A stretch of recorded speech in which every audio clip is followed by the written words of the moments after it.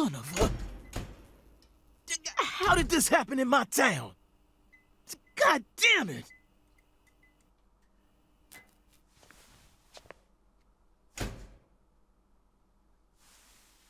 The head and limbs were severed and lined up, according to the lines that were drawn with her blood. Just like migratory birds flying systematically across the sky.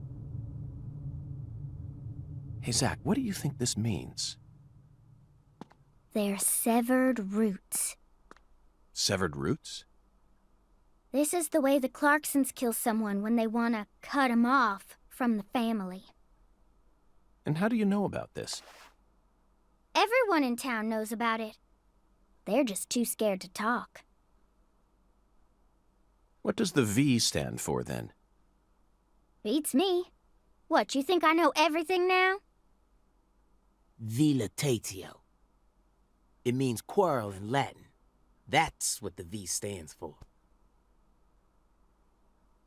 Latin. Intriguing, isn't it, Zach?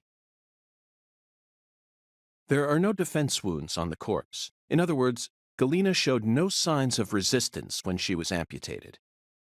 But, strangely enough, there are small traces of subcutaneous bleeding around the wounded areas. That's a vital reaction, which means she couldn't have been dead. You mean... Yes, that's right, Patty. Galena was amputated while she was still alive, and she never resisted. Is that even possible? It certainly isn't impossible. For example, if she was put to sleep with a drug, or if she desired the amputation herself. Why would she ever desire that? Mr. York, I'm sorry, but there ain't no way that could have happened. How can you be sure of that, Melvin? Our world contains phenomena that could never be explained with logic. This is especially true for phenomena in which humans are involved. Do you really think all the facets of love and hate can be explained with logic? Well, no, I don't reckon I do. Yeah, might be too early to rule out those possibilities, just like you say. Zach, now we truly know just how deeply the Clarksons are involved with this. Patty, how long does it take to reach the Clarkson estate? Just a short drive. You just gotta head west along the Mississippi. You can't miss it. Got it. Thank you, Patty. By the way, Melvin, no matter how accelerated Patty may be, don't you think she's still a bit too young to see something like this?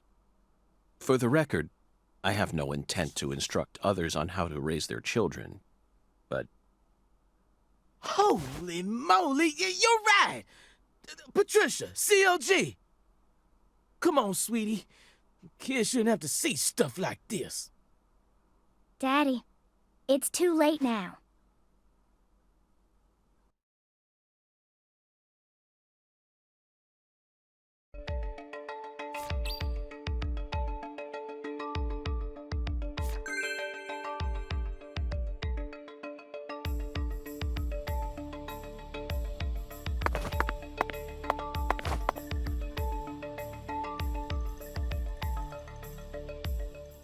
You sure you okay, CLG?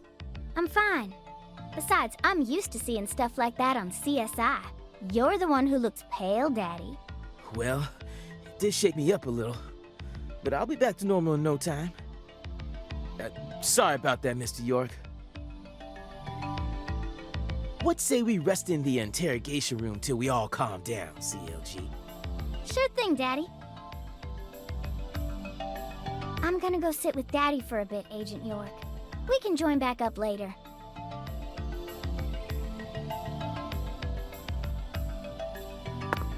Galena killed her daughter, so her family cut ties with her. Do you really think that's what happened here, Zach?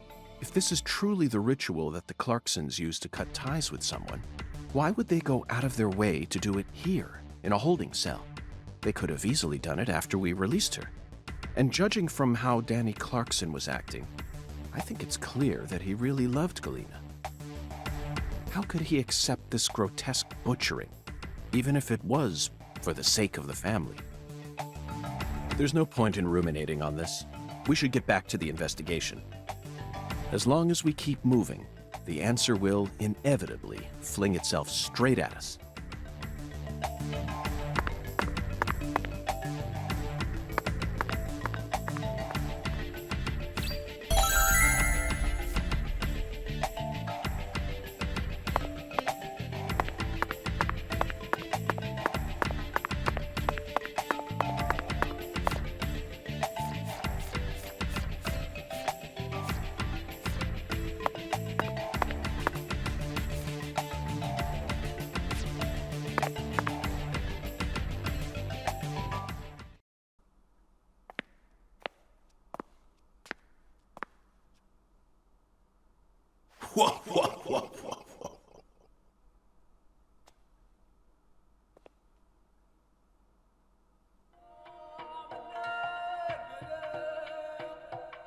You found the flying serpent.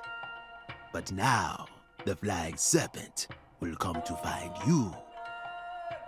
Yeah, that sounds right. And it looks like this flying serpent is a venomous one. Some become feasts, while others are eaten alive. Which fate would you prefer? Both sound marvelous, but let me check with Zach. A fine answer.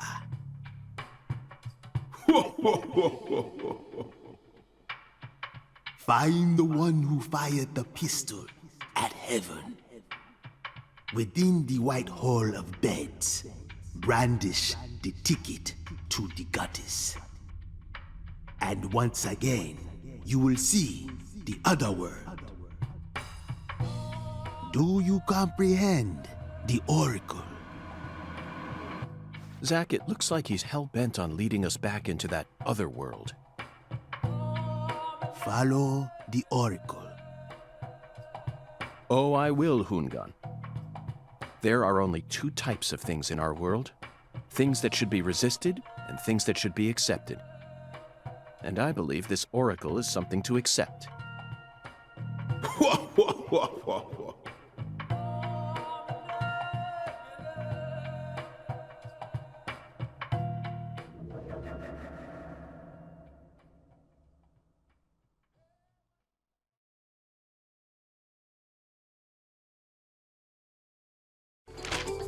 Do you think we're crazy for believing everything that skeletal gentleman says? No, we're not crazy. Not one bit. But I shouldn't need to explain that to you, Zach. The one who fired the pistol at heaven. Firing pistols at the sky might be a rather common occurrence for the South. Remember?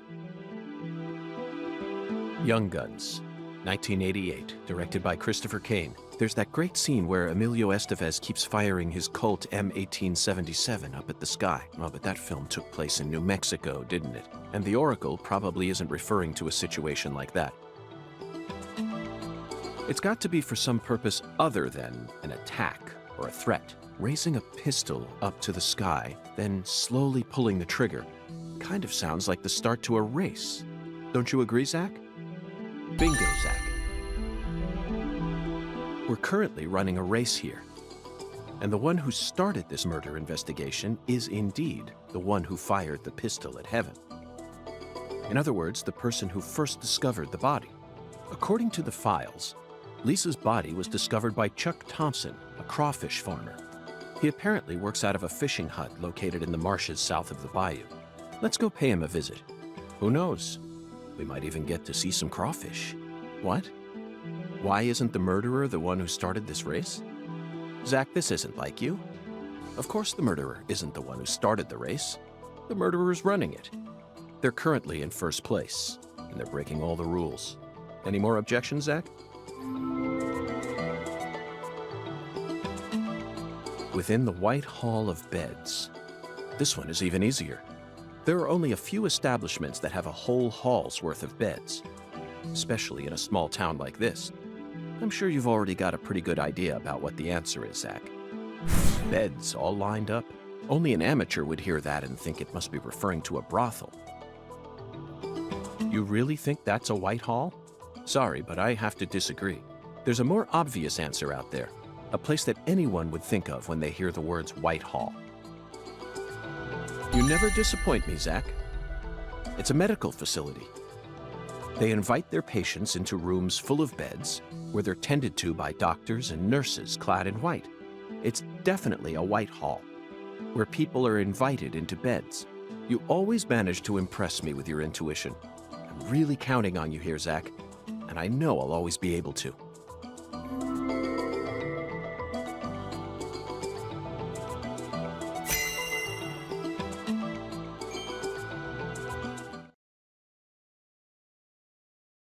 Agent York, you're trying to leave without your trustworthy assistant? Hello there, Patty. I'd never attempt such a thing. I was simply engaging in a battle of wits with Hoongan while I waited for you. Hoongan? Yes, the skeletal gentleman in the top hat. Not that story again. Is this how you always conduct your investigations? This is the way I work. I bet you can't find a single partner, not even in the entire FBI. That's not true. I always work together with Zach. Oh, right. Zach. Don't worry. I'll be your partner while you're here in our town. Now, let's go investigate.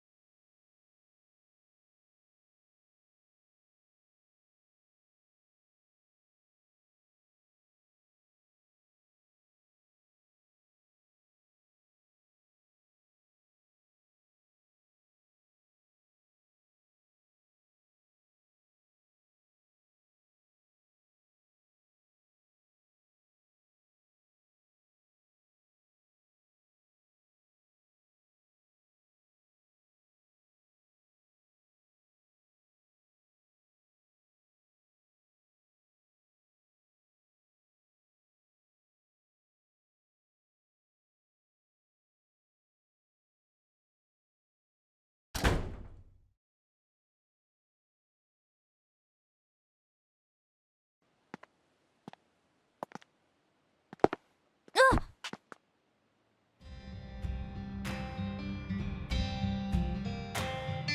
How's your mama?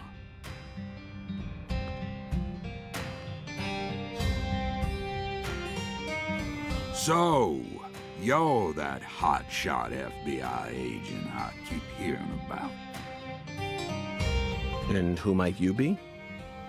I came to claim the body of my daughter. My daughter, who was murdered in a holding cell after you detained her yesterday.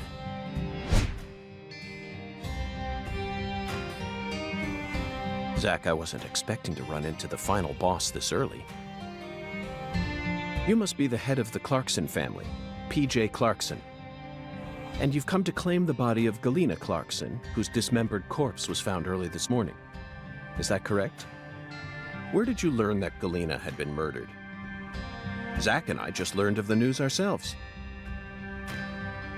This is Lou Corey. And I am P.J. Clarkson, There ain't a single thing I don't know about this town. I see. So then you must also know about the Severed Roots ritual. I have a question for you, Philip. We suspect that Galena was murdered by someone from the Clarkson family. Have you given that possibility any consideration? Listen up, you FBI piece of shit. You better watch your manners around my pa. Shut up, Daniel. But, sir... My bad, sir. I'll have you know I once had 3 children. But I must not have raised them very well, because my son and my eldest daughter both ran away and never came back to me. The only one who stayed by my side was my second daughter, Galena. Then she done married Daniel here into the family and presented me with both an heir and a granddaughter. Seemed for a while as if things were finally starting to calm down. But then, someone corrupted both Galena and Lise. And I lost everything. Well, aside from my shit-heel son-in-law, that is. You understand me, FBI? Galena's death is nothing but a loss for the Clarkson family. That doesn't mean the Clarksons are automatically innocent, though. Humans don't always act out of self-interest, do they? That mouth. You're starting to sound more and more like your mother.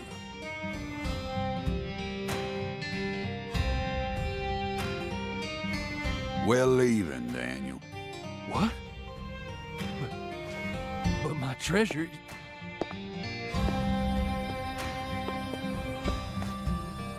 Now, whether you end up being an angel or a demon, I reckon you're the man I've been waiting for all this time. Once you finish that autopsy, and we're clear to take her home, I want you to give me a call. They're phenomenal, Patty. So perfectly rural. Ominous statements, foul-mouthed insults. This town possesses a complicated system of communication that you just can't find in the city.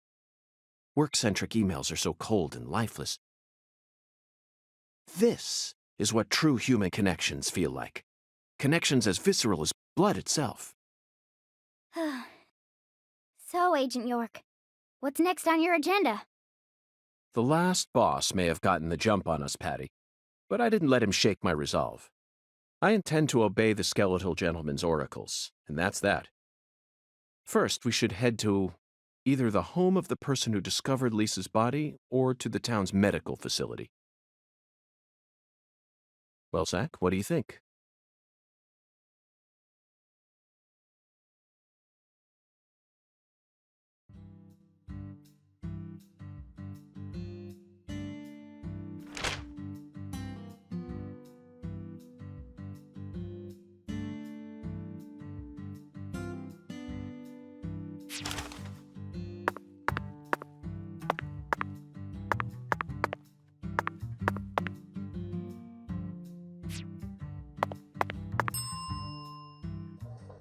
So, Mr. York, what do you think of my castle? Pretty cool, ain't it? I've been curious about it since the first time I saw it.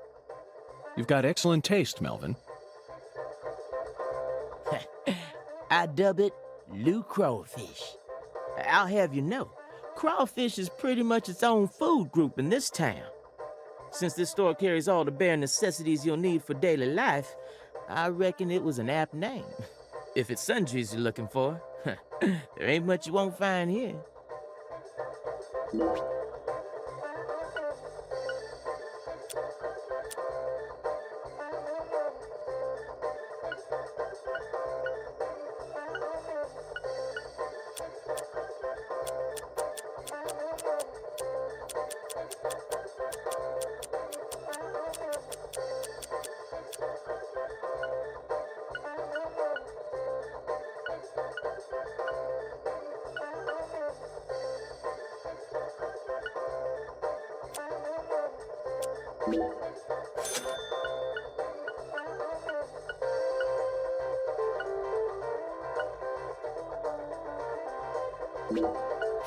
You ever need anything?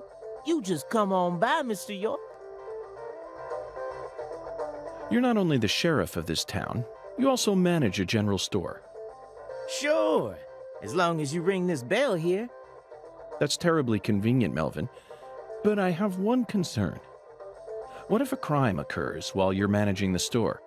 Running a business and keeping the peace, both jobs require immediate response in times of crisis. I just can't see how it would be possible. It's actually pretty easy, Mr. York.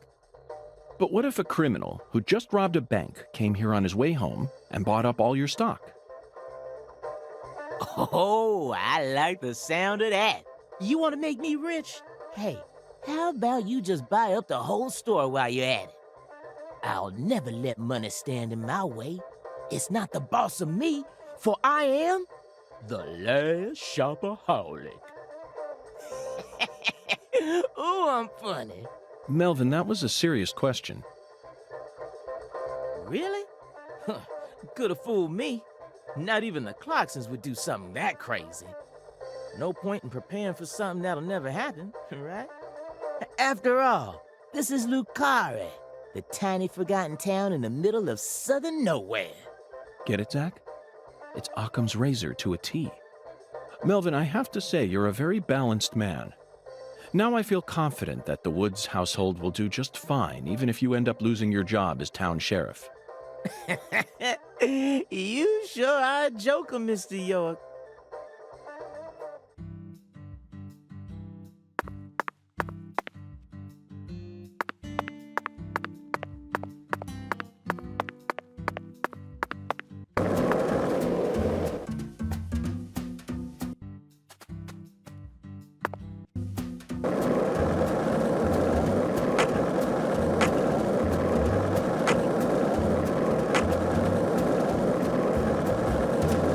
Were you thinking about Galena, too?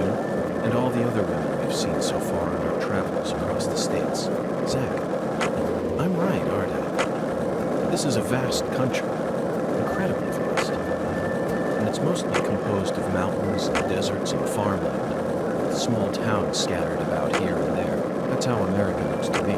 Compared to the scale of this entire country, New York, Chicago, and LA are all microscopic. Sometimes they even feel like figments of my imagination. Think back to what Las Vegas looked like when we were driving up I-15. It was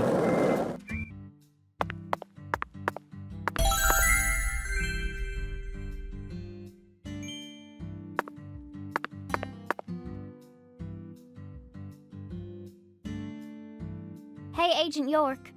Just so you know, dealing with Pastor Sanders is gonna be a big pain in the butt.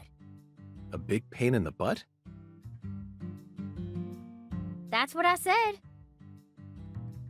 But I guess you have no choice but to obey your oracle, huh?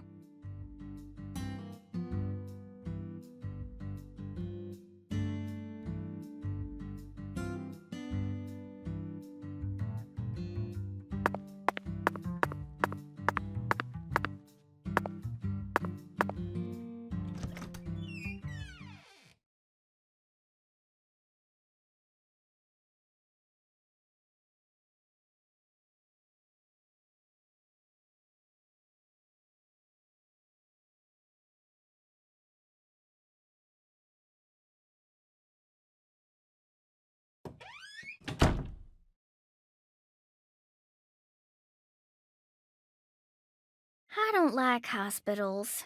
Why not? They soup folks up with medicine, cut 'em up, and then they try and act like they're your friends. Something ain't right about that, you know. It goes against the laws of nature. Plus, this is a church. So you got a pastor, a servant of God, actually playing God with his patients. I think you have a point there, Patty.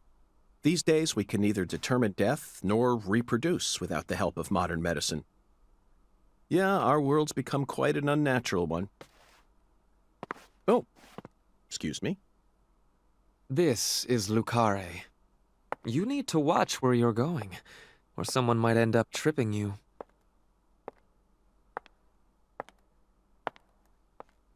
Zach, it's her. The stylish woman who watched Lise die.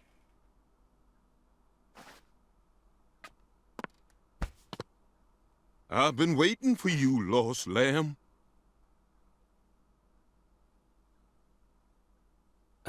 Hi there, Pastor. Would you mind letting go of me? I'm in a bit of a hurry right now. So pitiful. The Lord hungers. Here we go again. What? Pitiful. Truly pitiful, my little lamb. No, neither Zach nor I... Oh, so pitiful. So pitiful, just pitiful. The Lord hungers. 1 can of Spam, 1 can of red beans, and 1 can of spinach. You are to offer up the taboo trinity. Taboo? Don't you mean the holy... Oh, how I pity you. Unlike us humans, the Lord never errs. Now, my pitiful agent, bring forth the taboo trinity at once. For it is the will of the Lord our God. See? I told you this was gonna be a pain in the butt. But Zach and I need to go after that stylish woman. Too late now. We need to obey God's will. The Lord hungers! Come on, hurry it up. We need to go. Well, Zach, I don't know what to say. First an oracle, and now an order from God? Maybe this is the trial that will yield the ticket to the goddess. Either way, it looks like we have no choice but to gather the taboo trinity. I guess it just goes to show that small towns are always filled with the bizarre and unpredictable.